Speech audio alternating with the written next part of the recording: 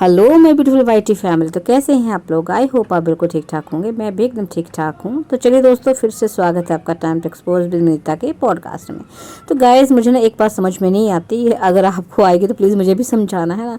मुझे ये समझ में नहीं आता कि चाहे मालती की बात हो या मिस्टर बिंद्रा की वाइफ की बात हो या कहीं भी कोई किसी तरह का भी डोमेस्टिक वायलेंस या अत्याचार की बात सामने आती है तो घूम फिर के सारी कहानियां जो है वो छोटी पूतना उर्फ प्रीतो के साथ क्यों जोड़ दी जाती हैं, है ना।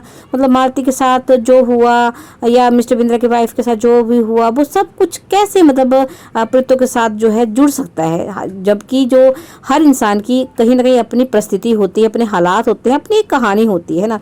चलिए, जहाँ तक रही मालती की बात, तो जो लोग नहीं जानते मैं बता दूं कि भाई मालती और उसका जो हस्बैंड था वो ऐसी वीडियोस पहले बनाया करते थे, है ना, जो मतलब देखने लायक नहीं थी। वाईटी पे इतना गन मचा रखा था उन लोगों ने। तो जो भी आज मालती के साथ हुआ है, जो इस दुनिया में नहीं है, कहीं ना कहीं भी मालती भी उतनी ही जिम्मेवार है जितना कि उसका हस्बैंड, है ना।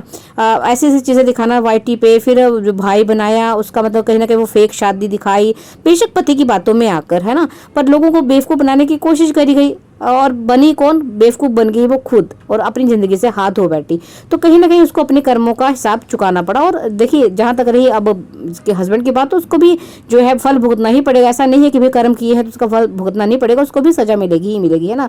तो कहीं ना कहीं भाई वो उसकी भी थोड़ी बहुत गलती थी। जो ट्रोलिंग हुई, ठीक है, हद से ज़्यादा ट्रोलिंग जो है वो ठीक नहीं, लेकिन आप खुद अगर ऐसे हालात पैदा करते हो जब लोग आप पे उंगली उठाए, तो फिर कहीं ना कहीं आप भी खुद जिम्मेवार हुए ना। और जहाँ तक भाई जो एक्स्ट्रा हद से ज़्यादा ट्रोलिंग करे थे वो उनके चैनल बंद हो गए, तो उनको भी सज़ा मिल ही गई, है ना। तो कहीं ना कहीं कर्मों की सज़ा मिल ही जाती है। तो भाई किसी भी एंगल से जो है मालती की स्टोरी ये पूतना के साथ तो मैच बिल्कुल नहीं करती। और जहाँ तक रही मिस्टर बिंद्रा की वाइफ की बात, उनके साथ जो डोमेस्टिक वायलेंस हुआ, तो उस औरत ने जो है एकदम से स्टेप उठाया पुलिस स्टेशन में या कहीं भी जो है FIR करवाई है, या जो भी चीज़ें जैसे सामने आई है सोशल मीडिया के थ्रू, तो भाई उसने स्टेप लिया और उसको भी इंसाफ मिलेगा ही मिलेगा है, अब, है ना।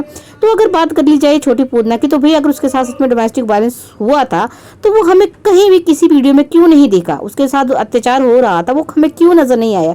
या वो किस चीज़ का इंतजार करती रही, क्या वेट करती रही, है ना। अब भाई कुछ लोग कहेंगे, चिलम्स कहेंगे कि भाई वो बनावटी जो दिखाए जाते थे वीडियोस सिर्फ अपने घर की इज्जत बचाने के लिए। तो भाई फिर तो ये हम जो लोग दुपट्टा के लिए कह रहे हैं ना कि भाई दुपट्टा भी सिर्फ बनावटी दिखा रही है, उसके साथ जो उसको बुलवाया जा रहा है फिर वो सही है। बट ऐसा नहीं होता है गाइस। मतलब जो कभी ना कभी देखो, अगर आप झूठे जो व्यवहार करते हो, ये झूठी चीज़ें दिखाते हो, तो कहीं ना कहीं आपकी आंखों में नजर आ ही जाता है, सामने नजर आ ही जाता है, जो कि हमें बिल्कुल नजर नहीं आया। मतलब किसी तरह का डोमेस्टिक वायलेंस हमें नहीं दिख रहा था, ना प्रतीत हो रहा था, है ना। वो उस टाइम जो था वो उस टाइम का वो सत्य था। और अब जो ये दिखा रहे हैं ये एकदम से असत्य है, जो कि इनके चिलम्स कहीं ना कहीं जबरदस्ती उसको सच साबित करने में लगे हुए हैं। और मतलब कहने का तात्पर्य ये है कि भाई हर इंसान की अपनी कहानी होती है, अपनी परिस्थिति होती है, अपने हालात होते हैं। ऐसे ही मतलब कहीं भी कुछ भी हो रहा है उसको जो है छोटी पूतना के साथ बिल्कुल जोड़ के नहीं बताया जा सकता, नहीं दिखाया जा सकता, जो कि चिलम जबरदस्ती कोशिश कर रहे हैं ना। कुछ भी होता है तो भैया हमारी प्रीतो के साथ ऐसा हुआ, हमारी प्रीतो के साथ वैसा हुआ, है ना। तुम्हारी प्रीतो के साथ क्या कैसा क्या हुआ वो सबको पता है, सब दिखता है हमें, और वो अब क्या कर रही है वो भी दिख रहा है ना। और कहा जा रहा है कि भाई अंकुश का जो पाप का घड़ा है ये भर चुका है ना। तो भाई किसका पाप का घड़ा भर चुका है और किसका नहीं भर चुका है ये तो दिख रहा है और दिखेगा, सब कुछ सामने ही आएगा। आपको सब्र रखो थोड़ा सा, है ना। और भाई अंकुश ने जो गड्ढा खोदा था उसमें वो खुद ही गिर गया। तो जी हाँ, इस बात से तो मैं सहमत हूँ कि अंकुश ने गड्ढा तो उसने खोदा था। जी हाँ, अंकुश ने गड्ढा तब खोद लिया था जब इसने इस छोटी पूतना नामक इस महिला से शादी की थी। हालांकि इसको गड्ढा खोदने से बहुत लोगों ने रोका, उसकी माँ ने, उनके कई रिश्तेदार हैं, उन्होंने बताया कि कहीं ना कहीं देखिए जिंदगी का एक्सपीरियंस होता है, एक उम्र के साथ साथ एक्सपीरियंस भी बढ़ता है ना। तो उस एक्सपीरियंस के हिसाब से उन लोगों ने मना किया था कि ये लड़की जो है इस घर के लायक नहीं है, तुम्हारे काबिल नहीं है, ये अपने ही तरह के लोग हैं, तुम्हारे साथ एडजस्ट नहीं कर पाएंगे। और वैसा ही हुआ। तो कहीं ना कहीं ठीक है भाई, गड्ढा तो उसने खोदा, अपनी जिंदगी के लिए गड्ढा खोद लिया और बेचारा आज भुगत भी रहा है। अगर उसने कर्म किए हैं ना, वो कहते हैं ना कर्मों की सजा मिलती है, तो वो कर्म गलत हो गया उससे, तो वो सजा भुगत रहा, आज तक भुगत रहा है ना। और जहाँ तक रही भाई डोमेस्टिक वायलेंस की बात, तो ना तो जो आपकी मैडम पूतना वो कोर्ट में अब तक साबित कर पाई है, ना इस बाइट पे साबित हुआ है कहीं भी कि उसके साथ जो है डोमेस्टिक वायलेंस हुआ है। पर ये जो कुछ झूठी महिलाएं होती हैं, जो कुछ घटिया महिलाएं हैं, ये उन बेचारी उन महिलाओं के रास्ते में भी कांटे बिछा देती हैं जिनके साथ सच में अत्याचार होता है, जिनके साथ डोमेस्टिक वायलेंस होता है।